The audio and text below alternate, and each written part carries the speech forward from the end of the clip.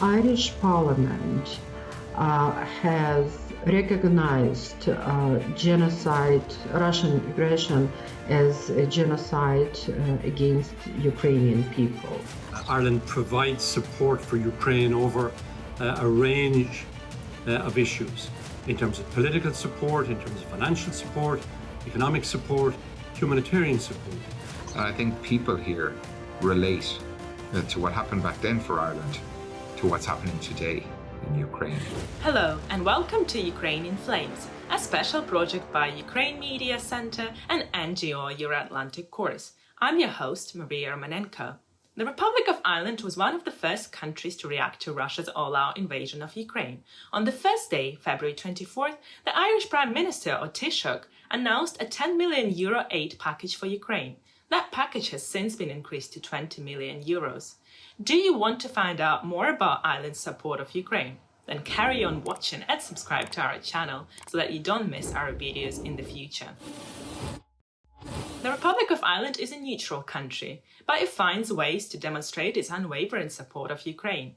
The Ukrainian ambassador to Ireland, Larysa Gerasko, has outlined how this support manifests. Let's take a look. Ireland has consistently supported action at an EU and UN level to call for an end to Russia's unjustified war on Ukraine. It continues to use its voice on the international stage to demand an end to Russia's invasion. Ireland supported the expulsion of Russia from the Council of Europe. It has also made a €1 million contribution to a specially established Ukraine donor fund in the Council Europe's Development Bank. In The Hague, Ireland has also joined with other countries to call for an investigation by the International Criminal Court into crimes committed during the invasion. Also, it files a declaration of intervention in the case concerning allegations of genocide under the Convention on the Prevention and Punishment of the Crime of Genocide. Irish Parliament has recognized genocide, Russian aggression as a genocide against Ukrainian people. Despite the traditional military neutrality, Ireland stated that this status does not extend to providing aid to Ukraine. It contributed its share of 55 million to the $2.5 billion package of military aid to Ukraine within the European peace facilities. Russia's invasion of Ukraine has sparked a major humanitarian emergency. And the UN estimates that approximately 15.7 million Ukrainians are in need of humanitarian assistance. Government of Ireland was among the first to respond to the humanitarian crisis in Ukraine, with the Taoiseach Micheál Martin announcing a significant Irish aid package on the first day of the invasion that has since increased to 20 million. Ireland also contributes to the crisis in Ukraine through its core and flexible funding to key humanitarian partners. It has provided in-kind medical assistance and supplies to Ukraine, including ambulances valued at over 4.3 million and 4 water purification plants through partnership between government departments, HSC and other agencies working with the private sector and civil society partners. Irish experts are also working on the ground with the EU's civilian missions in Ukraine. This country and Irish people opened their doors to all Ukrainians who were forced to leave Ukraine due to the Russian aggression.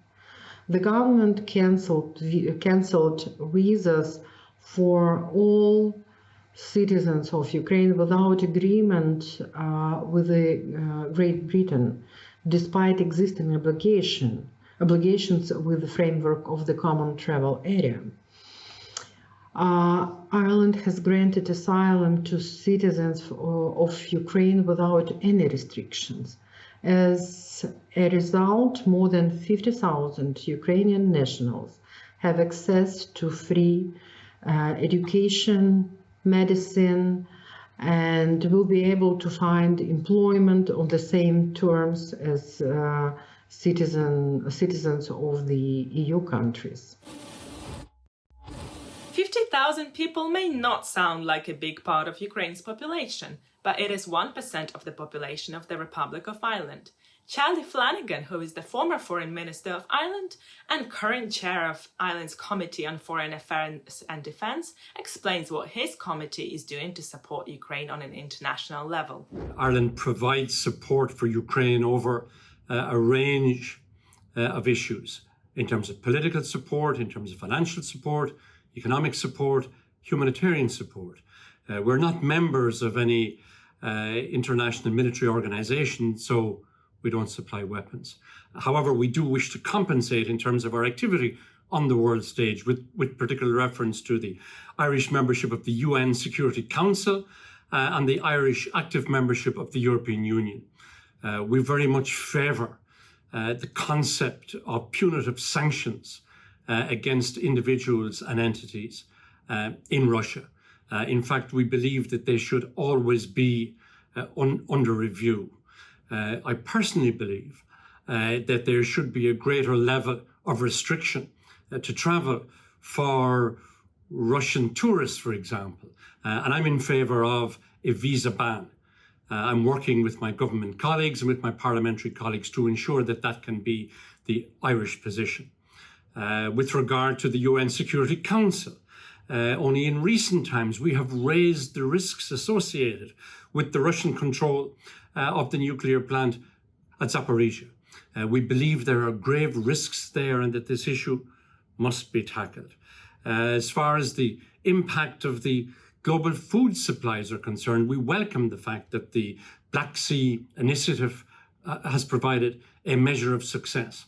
That needs to be intensified and continued, and we will raise this matter at the United Nations this week.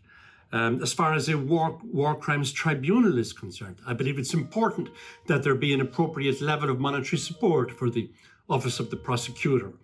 We also need to ensure that war crimes and crimes against humanity are brought to book. Only this week we see the horrific scenes from Ukraine, with particular reference to Izum and crimes, gender violent crimes against women and girls, and rape and plunder.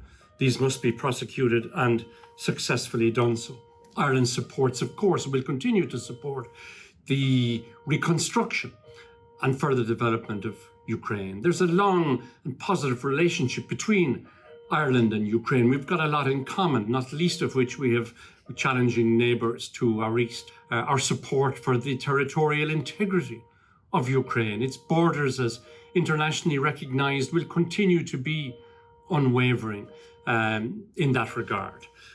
We wish to continue to raise the important international issues for and on behalf of our government and our parliament in the European Union and also at the United Nations. Looking forward this week to the General Assembly and also a meeting of the UN Security Council later this week. We want Russian aggression to stop. We want those who are engaged in Russian aggression to be held accountable, and we will continue to work with our international colleagues in order to ensure that this unjust, illegal and unacceptable war is brought to an end. And finally, Irish Senator Garret Ahearn has talked about the similarities in the Ukrainian and Irish histories and why the Republic of Ireland wants to see Ukraine in the European Union. And one of the first things we did as a country when Ukrainian people arrived in Ireland was we waived the visa requirements for all Ukrainian citizens. And we're one of the first countries to do that. And it's been very helpful for Ukrainian citizens to make that process as easy as possible to come into the country. And we've been very accommodating to younger people under the age of 18 who might be arriving into this country with no parents, or perhaps a very distant relative or a neighbour or friend from home. And we've tried to accommodate them as much as possible and make it as easy as possible for them to be allowed to stay in Ireland and be protected. Because I think Irish people understand to some level what Ukraine citizens are going through at the moment. In Ireland, we're celebrating 100 years of freedom. 100 years ago, we had a war against the British to get our independence in Ireland, and subsequently had an internal war also, a civil war in Ireland. And there's a lot of commemorations happening at the moment, and it means that Irish people can reflect on what happened 100 years ago, so when we got our freedom. And I think people here relate to what happened back then for Ireland to what's happening today in Ukraine. And there is an outpouring of support, of sympathy, a willingness and a want to help in whatever way Irish people can. And we're very good at humanitarian aid and supporting countries. But in particular, I think Irish people want to support Ukraine as much as possible because they see what everyone sees, which is this is an unjust war impacted on Ukrainian citizens for no other reason other than they're Ukrainian and want to be Ukrainian, want to remain Ukrainian, and want to join the European Union. And this war is totally wrong. The atrocities that have happened have touched everyone in Ireland, and they feel the pain of what Ukrainian citizens are going through. And I suppose what Irish people want to say is that we will continue to support Ukraine throughout this war, no matter how long it takes. Irish people will support Ukraine because they want to see Ukraine be a free country, be an independent country, free from the tyranny and the attacks from Russia. And one role that Ireland can play quite strongly for Ukraine is membership of the European Union. Ireland has been a member of the European Union 50 years this year. And we, in our view, have been a shining success of why the European Union is great. So when we joined in 1972, we would have been in recession. A lot of Irish citizens would have emigrated and travelled around the world for employment, for a better life. There would have been a lot of challenges in Ireland at the time. And we joined the European Union, and we benefited financially from joining the European Union, but also in terms of support from other countries. And now we're in 2022, and we're the fastest growing economy in Europe. More people want to come in and live in Ireland than did in 1972. Investment is very big, and companies want to come and set up here. And an awful lot of this is on the back of being members of the European Union and the advantages and the supports that give. And I think what Irish people want is they want to see Ukraine have the exact same opportunities that Ireland have received over the last 50 years. That the sanctions that we have put on Russia, the 7 or 8 rounds of sanctions that have been put on Russia, need to continue. And need to continue well after this war ends. European Union and countries' reliance on Russia, whether that be on gas or anything else, must end regardless of what happens with this war. We have learned a harsh lesson over the last 6 months that we cannot be reliant on Russia for anything, whether it is gas or anything else.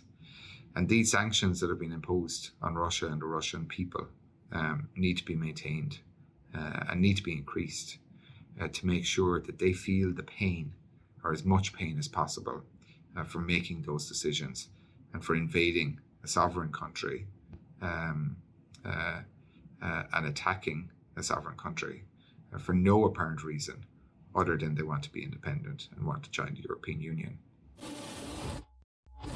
You've been watching the special project by Ukraine Media Center and Euro-Atlantic course dedicated to the Russian-Ukrainian war, Ukraine in Flames. In the description under this video, you can find information on how you can help Ukraine fight Russian aggression. If you find our work useful, please subscribe to our channel and like and share this video. Glory to Ukraine!